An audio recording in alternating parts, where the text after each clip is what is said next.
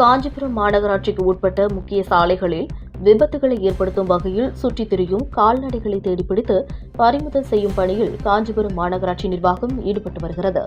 இதற்கென வருவாய்த்துறை, கால்நடைத்துறை, காவல்துறை, சமூக ஆர்வலர்கள் மற்றும் மாநகராட்சி ஊழியர்கள் உள்ளிட்டோர் கொண்ட குழு அமைக்கப்பட்டு கால்நடைகள் பிடிக்கப்பட்டு வருகிறது. இந்த நிலையில் இன்றைய தினம் ராஜாஜி மார்க்கெட் பகுதி, விலக்கடி கோவில் தெரு, கீரை மண்டபம், ஓரிக்கை கீழ் ரோடு சாலை, காவலான் கேட் உள்ளிட்ட பல்வேறு பகுதிகளில் சுற்றித் திரிந்த 10ற்கும் மேற்பட்ட கால்நடைகளை மாநகராட்சி ஊழியர்கள் பறிமுதல் செய்தனர். பிடிபட்ட கால்நடைகளை கால்நடை மருத்துவர் பரிசோதனை செய்து கால்நடை பிடிப்பு குழுவினர் முன்னிலையில் மாநகராட்சி அதிகாரிகளும் ஊழியர்களும் கால்நடைகளை லாரிகளில் ஏற்றி கோசாலைகளுக்கு அனுப்பி வைத்தனர். காஞ்சிபுரத்திலிருந்து ரிப்போர்ட்டர் தினேஷ்.